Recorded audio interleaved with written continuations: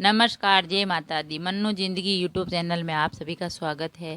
Friends, आज हम आपको अपरा एकादशी की व्रत कथा सुनाते हैं। यह एकादशी है वो ज्येष्ठ मास के कृष्ण पक्ष में आती है और इस एकादशी को अपरा अथवा अचला एकादशी कहा जाता है। इस दिन भगवान त्रिविक्रम की पूजा की जाती है।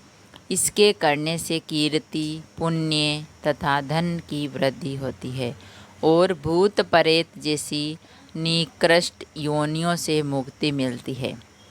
यह व्रत विधि विधान और फलाहार का प्रश्न है, सभी एकादशियों के समान।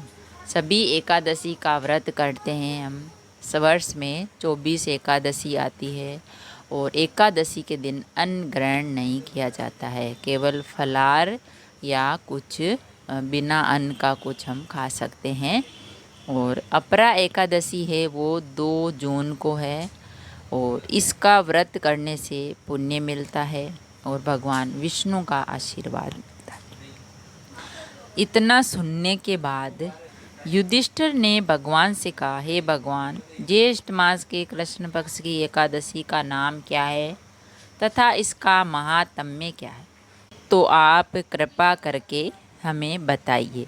तो श्री कृष्ण भगवान कहते हैं, हे राजन, इस एकादशी का नाम अपरा एकादशी है।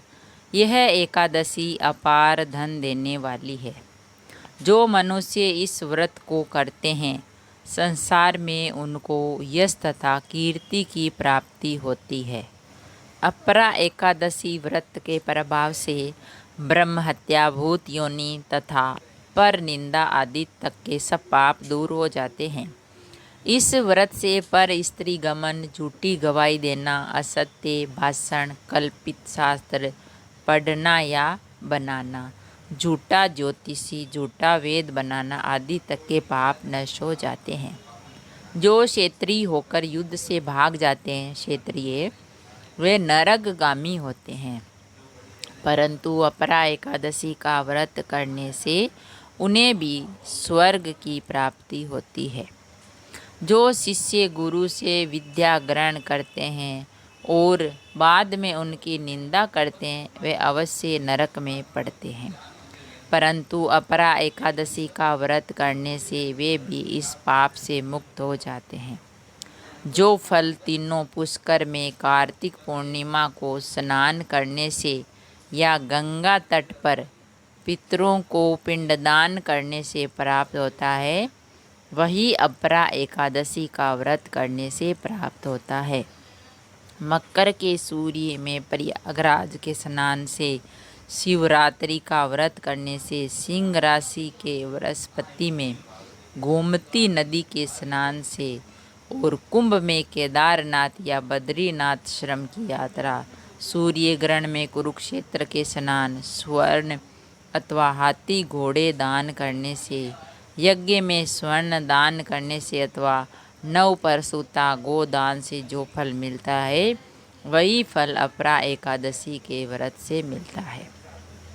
यह व्रत पाप रूपी वृक्ष को काटने के लिए कुल्हाड़ी है, पाप रूपी ईंधन को जलाने के लिए अग्नि, पाप रूपी अंधेरे के लिए सूर्य के समान है।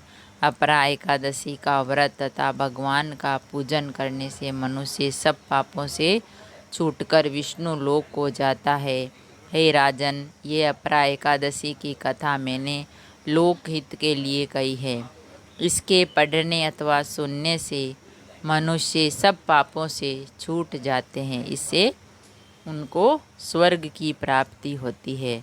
तो फ्रेंड्स, ये अपरा एकादशी के व्रत की कथा थी, जो भगवान विष्णु यानी भगवान कृष्ण ने युधिष्ठिर को बताया कि ये एकादशी ऐसी एकादशी है कि सभी पाप नष्ट हो जाते हैं इसका व्रत करने से, कथा सुनने से और दान पुण्य करने से। अगर वीडियो अच्छा लगा तो लाइक और शेयर ज़रूर करें। ऐसी ही कहानी और कथा सुनने के लिए, जानने के लिए चैनल को सब्सक्राइब करें। थैंक यू, धन्यवाद।